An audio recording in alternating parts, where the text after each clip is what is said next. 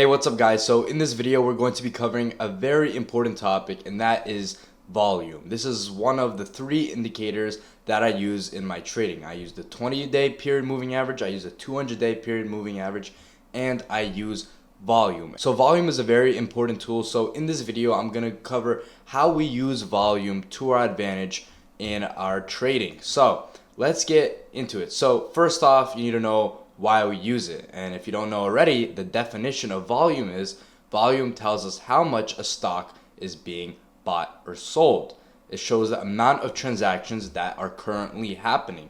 And this is very important because we want to know what is happening to the stock before we do it. We want to know if it's being bought a lot. We want to know if it's being sold a lot. We want to know if there's a lot of transactions happening. We want to know if, there's not a lot of transactions happening. And I'm going to explain why that's important a little later on. So volume can inform us when price is going to move higher or it's going to move lower. If we combine it with the other resources that I teach you, it can, help us determine which direction price is going to move in. So it can tell us when a move is just about to happen. It can tell us when a move is going to end.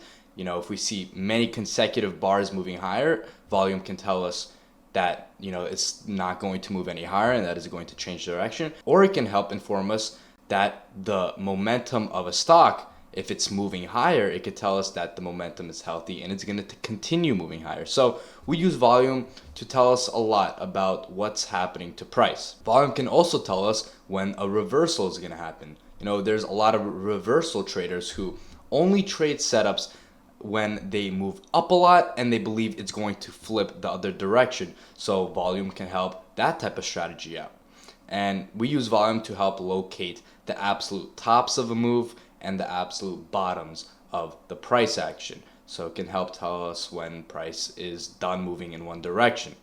Now, if you don't understand what this means, let's get into some more specific. So when we talk about volume, we also focus on liquidity, and liquidity is basically the ease to which a financial asset or security can be converted into immediate cash without affecting the market price. So you should think about it, how easy can you transfer something into cash? If you are selling a house is not very liquid because it is very difficult to sell a house and turn it into cash very quickly. You can't just immediately say, I want to sell my house and where's the cash? No, it's a long process. It takes time and it's very hard to sell a house, which makes a house not very liquid. So there are some things, in the world that are liquid and there's some things that aren't liquid. So we check to see which stocks are liquid because some stocks are very easy to make transactions with and turn them into cash very fast, and some aren't.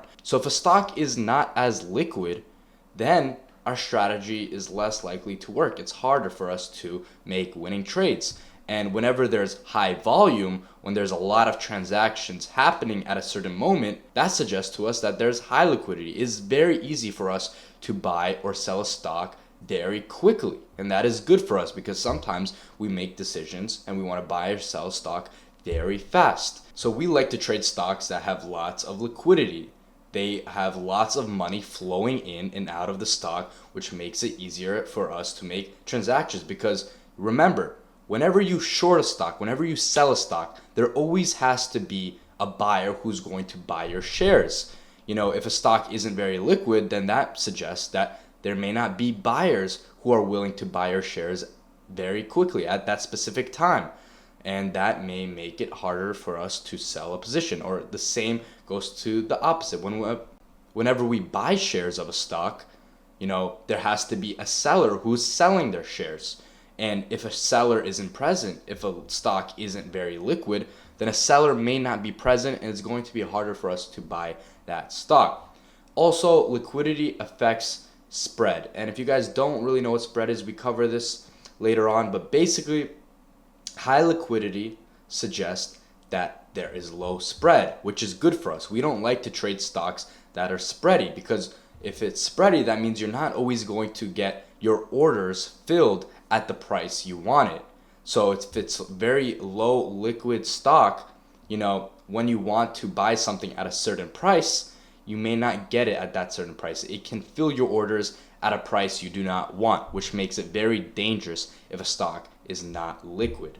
And yeah, we want to trade stocks that are doing lots of volume. There's lots of transactions happening because this suggests that it's very liquid and it's easy for us to get in and out of positions. Now, let's talk about some misconceptions with volume. There are a lot of misconceptions I see with many day traders. So remember, volume is just one tool we use in our trading. I tend to see people overrate how important volume is. Don't get me wrong, it is very important to help us in our strategies, but there's some people who solely make trades based off of changes in volume, and that's not what we want to do. We just want to use volume as a tool that can help us reassure our other decisions, and it just helps us make our trades, but we don't want to base our entire strategy based off of just volume. So do not just take trades because you see changes in volume, and unsuccessful traders tend to only trade off of volume. And yeah, volume should only be a complement to the other resources I teach you for its maximum usefulness. Now, let's now get into some introduction to some examples of volume. So the first one I'm going to cover is called amateur buy volume. Basically, this is when amateur traders, the bad traders, the not very experienced ones, buy a stock at the very top of a move. So if we look at this chart, the professionals are buying down here, but the amateur, the noobs, are buying all the way at the top. You don't want to be that guy who buys at the top. So volume can tell us when these amateur buyers are buying it at the very top. So amateur buyers are the last group of buyers before the stock reverses. And they basically tell us that the stock is running out of momentum. There is less demand. And when there's less demand, that means, it can't really move any higher. There's not enough buying that's happening. And this tells us demand is running out, which means supply is starting to take over. So we can determine that there is an amateur buyers buying a stock when there is a spike in volume at the end of a move. And this can tell us that a reversal is about to happen. So if you look at this example, we see stock is moving up, and then we see this right here suggests volume. These lines suggest how much volume is happening. So we can see on the left example, there's a large spike in volume. And this can tell us that after a move higher at the very top, we know the amateur buyers are coming in. And if we look at this right example, we see there's a multi-bar move. The stock has been moving up for quite some time. We see volume is not really spiking over here, but at these high prices right here, this volume spike, so this large bar right here suggests that lots of transactions just happened. Lots of buying just happened. The last group of buyers finally stepped up to the plate. So when we see a multi-bar move higher, or we just see, the stock is trending higher for a while, and then we see a large volume spike like this tells us the final group of buyers have finally bought the stock. Now, there's not enough buying for it to go any higher. This can help us, know when a stock is going to reverse, and this can help us get out of a trade whenever we see something like this. And here is a little more in depth on amateur buy volume. So basically, amateur buy volume can happen on any different type of candlestick. It's not necessarily one type of candlestick. It can happen on a narrow range bar. It can happen on a doji bar, bottoming tail, topping tail, change of power bar, igniting bar. It can be any type of candlestick. It doesn't really matter. We just look to see that there is a large spike in volume after the stock has moved up a lot in price. So we can see it moved up, large igniting bar, and then we see there's a huge spike in volume. And then we could see the next bar move down, of course. And something else you guys should take into note, this is, a very important detail that not a lot of people talk about. This is very specific, but, the amateur buy volume, whenever we see that volume spike, it's most useful whenever the stock is hitting a level of resistance. So if it's moving up and it's finally hitting a point of resistance. And if you remember, resistance means tends to be a lot of selling at that price. There's a lot of supply sitting at that price. So if we see a large move higher, and then we see price hits resistance, and we see an amateur buy volume candle thing, and we see a large spike in volume with the amateur buyers, that tells us that the stock is running out of momentum and it's probably going to move lower after that. Okay, so now let's talk about the amateur sell volume. Spike of volume for the sellers. This is basically the exact same thing as the amateur buy volume. This last candlestick after a large move lower suggests that supply is now running out. The final group of sellers have sold the stock, and the price is most likely going to reverse after that. If we look at the example, we could see there's a multi-bar move, but the price is trending lower. We see a huge amateur sell volume right here, volume spike of the amateur sellers. The final group of sellers have sold, and this suggests that price is going to reverse, and this is most efficient, most effective when it's going into a level of support, the level of dense buying. Like we said before, we can see prices moving lower, and then we see a huge volume spike as the as the candlestick starts touching this level of support. This tells us the last group of sellers have sold and price may reverse. Now let's look at an example, a real life example. Take a look at this move right over here. You could see price move sideways, and then price started moving lower. It's dropping. We could see igniting bar, price is moving lower.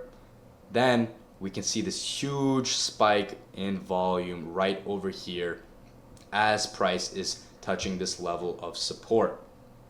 This is the 200 period moving average. If you guys already watched that video, you know that this can be a level of support. So we see price is moving lower. We see a huge volume spike. This tells us, the last group of sellers have sold. Then we see a little consolidation, and then we can see price reverses. So if we were in this trade, in theory, as a short, then this could have been a good indication for us to tighten our stop loss and find an exit to get out of the trade. Now let's talk about a topic called igniting volume. And now this is a volume that basically changes the direction of price. So after we see the amateur volume, sometimes we see igniting volume. This basically is a sign that price is about to reverse. So the first volume we talked about, the amateur sell volume, told us supply is running out. And this next volume spike tells us that the buyers are stepping to the plate. And this tells us demand exists on a breakout and supply on a breakdown. So we could see that there is amateur volume right over here. The final group of sellers have sold, and then next to it we see igniting volume, igniting the move in the new direction.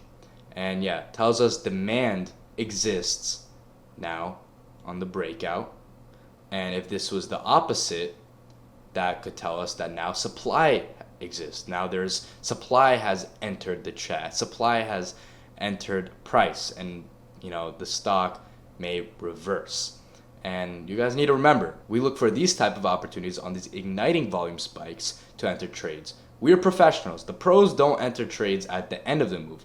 We try to find ways to enter them at the beginning. So this igniting volume could be a great tool for us to help us enter trades. So before I get into the continuation volume, I want to real quick cover another igniting bar example. So we could see this move higher. It moved higher, then it consolidated, and then we could see another move higher. So this is another example of igniting volume. We could see price has been moving sideways, then we see a huge volume spike, and this could suggest that the move is about to ignite. All of a sudden we see a lot of volume, there's a lot of transactions.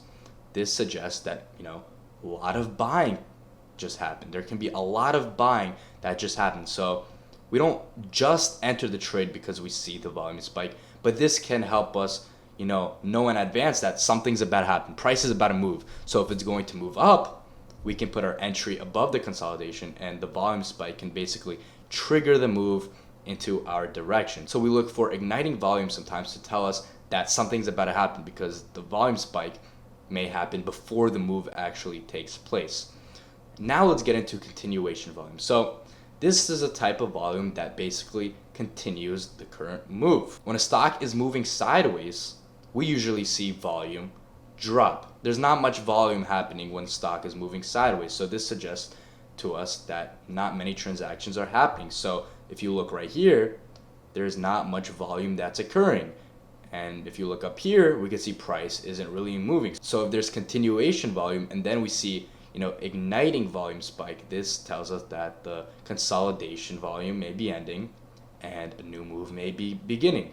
And when there is continuation volume, there's typically not much selling or buying pressure going on. It's kind of just chilling at that price. And yeah, when a volume spike does happen and breakout or breakdown occurs, it's more likely to succeed after continuation volume. So if we are looking at this stock and we see it consolidating, we really want to see that there's continuation volume. We don't want to see some crazy volume spikes happening. We want to see that volume spike is chilling. So when there is a volume spike and it's igniting volume, that can tell us that this trade is about to go in a direction and it's going to follow through into that direction. I hope you guys understand. Continuation volume to the downside is the exact same thing. We see price move down, and then we can see volume decreases, not much buying or selling pressures happening. Price starts consolidating at this price, and then we see igniting volume right over here, suggesting that a move is about to happen, and we see an igniting bar when we see igniting volume. So this first video should have been a good introduction to how volume works. I just went over the basic fundamentals, and in the next video I'm going to cover even more specific examples of volume. We're going to go over the shakeout bar, we're going to go over volume spikes, we're going to go over the breakdown, the breakout, failure volume, and then I'm also going to show you a bunch of real life examples where volume was used. So I hope you guys took notes on this and got a basic understanding on how volume works, and in the next video we're going to go into more specifics. So hope you guys enjoyed. I'll see you in the next one.